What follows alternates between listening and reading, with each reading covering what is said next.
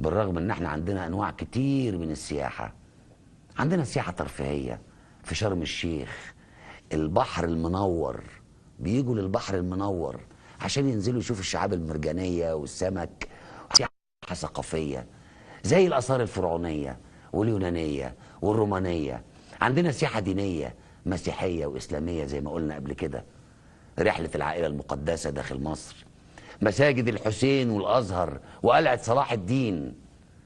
سياحة مهرجانات، في مصر مهرجانات فنية بتساعد على تنشيط السياحة، زي مهرجان القاهرة السينمائي، مهرجان اسكندرية، مهرجان مسرح رغم انها متوقفة بقالها كام سنة. انا شخصيا سافرت المغرب عشان اعرض مسرحية هناك. لو تشوفوا الاهتمام بالسياحة، لو تشوفوا النظافة اللي في المغرب، هتقولوا لي الفقر عندنا؟ لا، المغرب ما هياش ناس اغنياء، ناس برضو فقراء، والحال برضو مايل، بس ناس جميلة بتحب بلدها. وانا من هنا ببرنامج ببعت لكل شعب المغرب تحية وسلام. يا جمالك يا بلدنا، والله العظيم فعلا ام الدنيا.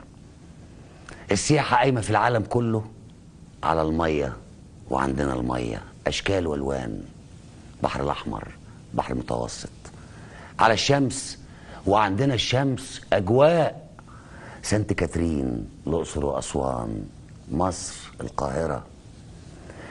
عندنا اثار كتيرة قوي، عندنا شرم الشيخ والبحر الاحمر والبحر المتوسط والنيل والنوبة، النوبة الجميلة الفريدة.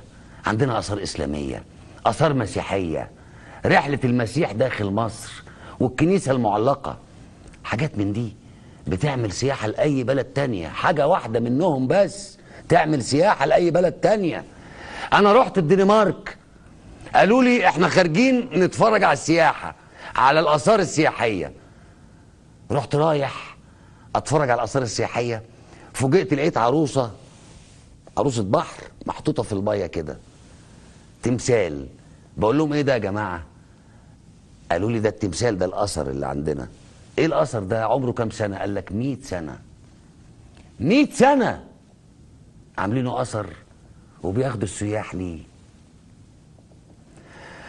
واحنا عندنا ربنا كرمنا باثار من اكتر من 7000 سنه، وشمس وميه، والسياحه ما بتجيبش. النوبه بس والبساطه والجمال اللي فيها، والناس الطيبين بثقافتهم وعاداتهم وتقاليدهم تعمل سياحة، والغرب بيعشقها. كل الأجانب بيعشقوا النوبة، بيعشقوا بلدنا في كل حاجة، واحنا بنعشق النوبة كمصريين وأهل النوبة. طب احنا عندنا كل الحاجات دي وبنشحت وما عندناش سياحة قوية، يبقى في حاجة غلط، في حاجة غلط. طب تيجوا نشوف بالارقام. السياحه من 2010 اعدادات السياحه كانت 2 مليار دولار ونص. 2011 8.8 مليار دولار، يعني نزلت حوالي 4 مليار دولار. 2012 رجعت السياحه تاني، شدت حيلها وحققت ايرادات 10 مليار. 10 مليار. حققت السياحة بقى 5 مليار وكسور، يعني نزلت جامد قوي. بعد كده في 2013 2013 السياحة جابت مية، لا نور ولا مية، انخفضت تك جامد جدا. ليه بقى؟ حصل كذا حاجة تطفش السياح. اول حاجة مقتل السياح المكسيكيين، اتقتلوا بطيارة تابعة للجيش، طيارة اباتشي. الحكاية دي ممكن اعذرهم فيها، لان الطيارات الاباتشي دي كانت متعودة انها يعني تقتل المكسيكيين في امريكا، على حدود امريكا، في الهجرة الشرعية او الهروب الغير شرعي ده.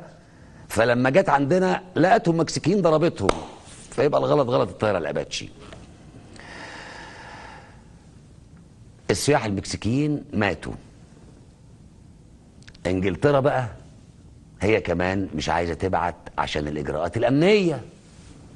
طب روسيا بطلت تبعت ناس عشان الطياره اللي انضربت عندنا في سينا وبقت ورطه.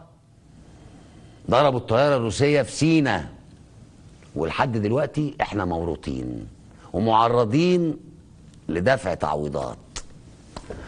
دول كمان خدوا السياح بتوعهم اللي كانوا عندنا.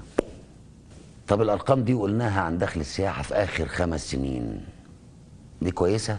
لا طبعا. المفروض يكون دخل مصر في السياحه مش اقل من 50 مليار في السنه. عندنا كل حاجه من غير ما نكلفها.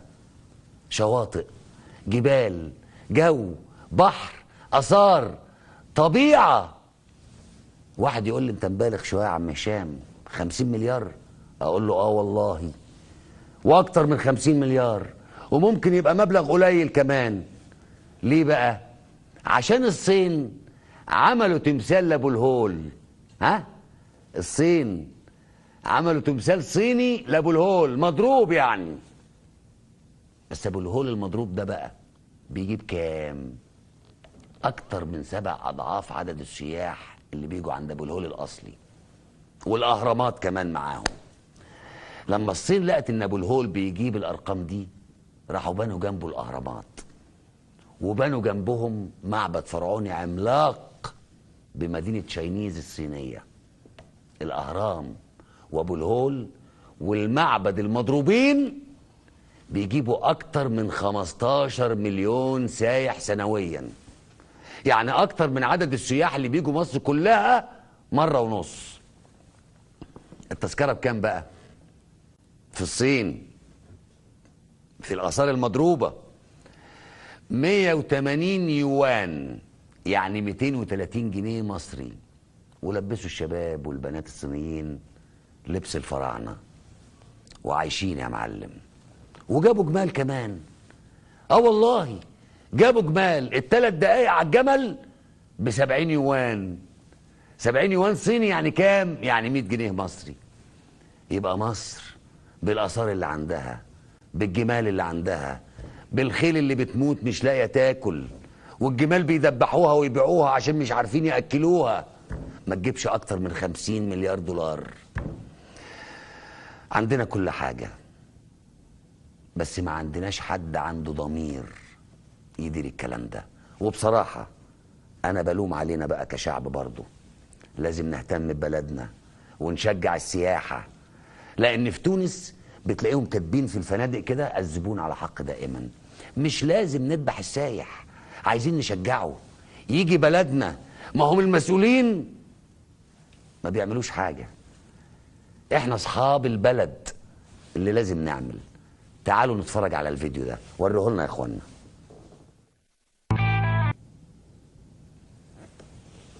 شفتوا؟ ده ابو الهول الصيني ومنطقة الاهرامات الصينية. عملوها بنظافة وعملوا إضاءة وعملوا كل حاجة عشان يشجعوا السياح، وجالهم سياح وجالهم دولارات. احنا بقى عندنا أزمة ضمير عند المسؤولين.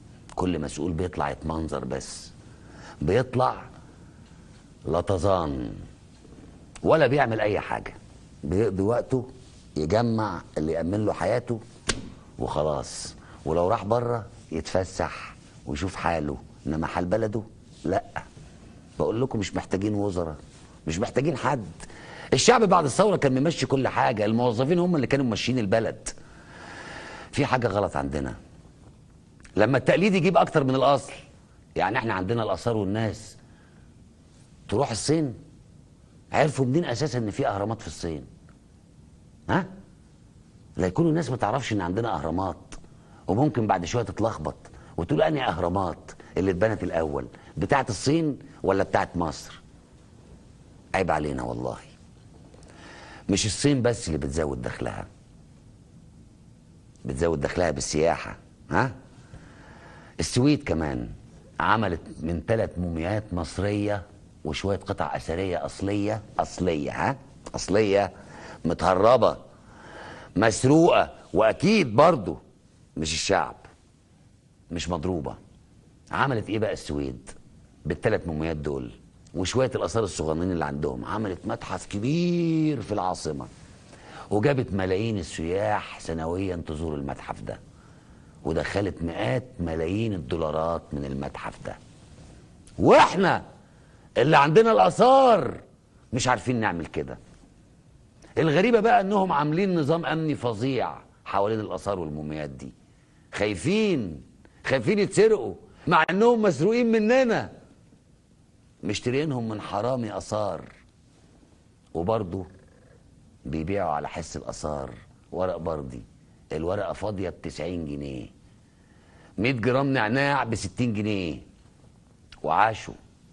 الملفت بقى للنظر، وركزوا معايا بقى، ان اللي مسؤولين في السياحه في السويد كلهم شباب. انا اسف مش عايز اغلط في حد، شباب بيفكروا بجد، بنظام، وبره صندوق وحدوه لا اله الا هو. احنا بقى عندنا مشكله في التفكير نفسه، التفكير واقف عشان الشباب ما بياخدش فرصته. عندنا مشكله في الترويج للسياحه والتسويق لمعالمنا السياحيه، بدليل النتيجه اهي اللي وصلنا لها. ما جوش السياح الروس، نقفل، والسياح الروس اساسا بيجوا عشان الشمس بس، لا اهرام ولا قلعه ولا قاهره فاطميه ولا توت عنخ امون